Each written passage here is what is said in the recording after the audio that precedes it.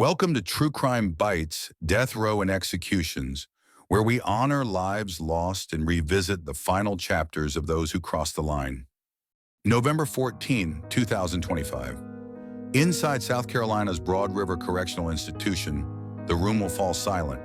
Three riflemen will stand ready behind a curtained wall, their weapons trained on a single target. In front of them will sit Steven Corey Bryant, a man whose name became forever tied to a trail of terror that spread across Sumter County back in 2004. After more than 2 decades of appeals, legal battles, and haunting memories, the state will carry out his death sentence by firing squad. But before the world closes the final chapter on Steven Bryant, we have to remember the lives he destroyed. Men who were fathers, sons, brothers, and friends. Men whose names deserve to be spoken louder than his. Clifton Dale Gainey, 36 years old, was the kind of man everyone in the neighborhood knew. He worked hard, smiled often, and was known for lending a hand to anyone who needed it. He was shot and killed on October 9, 2004, just one of several random and senseless attacks that left Sumter County reeling. Christopher Burgess, 35, also crossed paths with Bryant only by tragic chance. He was found dead on a rural road 4 days later, on October 13. Burgess had a family, a life, and dreams ahead of him that would never see daylight again. And then there was Clinton Brown, the only man who survived. Brown was fishing when Bryant approached and shot him. Somehow he managed to drive himself to a hospital, bloodied but alive. And his survival would later become a crucial link in identifying Bryant and ending his violent spree. Perhaps the most heartbreaking loss was Willard Tietjen, 62 years old. A retired U.S. Air Force technical sergeant, a Vietnam veteran, and a man who had built his post-military life around family, faith, and service. He was a husband to Mildred, a father, a brother, and a grandfather to 5. For 23 years, TJ served his country with pride. After retiring, he sold insurance and devoted his time to his church and community. TJ was deeply respected within the Masonic community. A 32nd degree Mason, a Shriner, and a past master of the Spring Hill Masonic Lodge. He was also a member of St. James Lutheran Church, where friends remember his steady kindness and quiet leadership.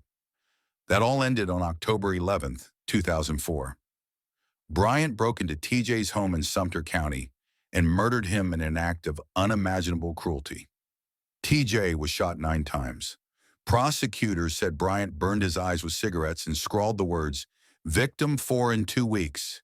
Catch me if you can," on the wall in the victim's blood. It was a taunt, a declaration that Bryant believed he could kill without consequence. But what he left behind was not just horror, it was heartbreak, a family shattered, a community stunned, and a trail of grief that would take years to even begin to mend. Over just 8 days in October 2004, Steven Bryant unleashed chaos. The shootings appeared random, but they shared the same ruthless pattern: robbery, violence, and no mercy. Investigators pieced together the timeline. October 5th, Clinton Brown is shot while fishing. He miraculously survives. October 9th, Clifton Gainey is found dead by the roadside. October 11th, Willard Tietjen is murdered in his home. October 13th, Christopher Burgess is shot and killed. Police soon learned Bryant had been traveling with 2 hitchhikers during that period. One of them later testified that Bryant spoke about wanting to kill someone just to see how it felt. That witness would become key in connecting him to the murders. When Bryant was finally arrested, evidence from multiple scenes linked him directly to the killings. Ballistics, stolen property, and forensic traces. He confessed to several crimes, and in 2008, he pleaded guilty to murder, burglary, armed robbery, arson, and weapons charges. The court sentenced him to death. Since that conviction, Bryant has lived under the shadow of execution.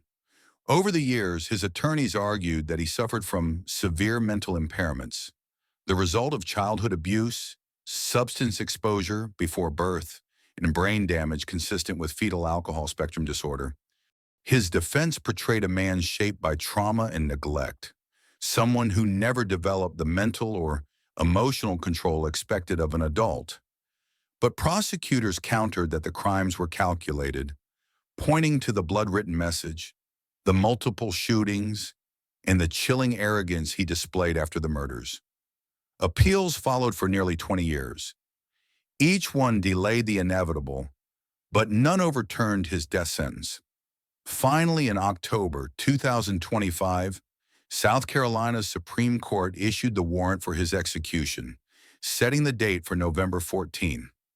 Bryant chose the firing squad, a method rarely used in modern America, but legal in South Carolina after the state struggled for years to obtain lethal injection drugs.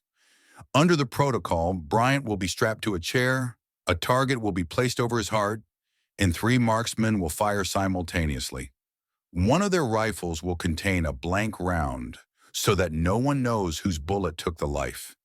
It's a grim ritual designed to deliver death without single-handed guilt, a somber blend of precision and symbolism. As that day draws closer, what matters most isn't the final act of punishment. It's the lives that were lost and the pain that never faded. Clifton Gainey's family remembers him as a man with a big heart, someone who was always smiling and who loved being outdoors. Christopher Burgess was a quiet soul who cared deeply for his family and worked hard to provide for them. Clinton Brown, the lone survivor, carries the physical and emotional scars of that October week, a reminder of how close he came to joining the others. And Willard Tietjen, a veteran, a Mason, a husband and grandfather, remains a pillar of memory in the Sumter community. His lodge brothers still speak of his integrity. His family still visits the church pew he once sat in. Their names, Clifton Gainey, Christopher Burgess, Clinton Brown, and Willard Tietjen, deserve to be remembered far more than the man who took so much from them. When I look at this story, I see not just the brutality of one man's choices, but the ripple effect of suffering that followed. There's tragedy on both sides. The victims who never got to live out their stories, and a perpetrator whose own broken past never excused what he did, but perhaps helps explain the emptiness that led to it. Justice will take its final form on November 14, but the real story is one of loss, remembrance, and the resilience of families who refuse to let their loved ones fade into statistics. So as South Carolina prepares to carry out its first execution of the year, we pause not to celebrate death, but to honor life. To remember Clifton, Christopher, Clinton, and Willard.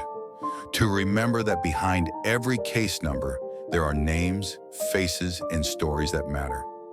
Thank you for watching and for taking the time to remember the victims, not just how they died, but how they lived.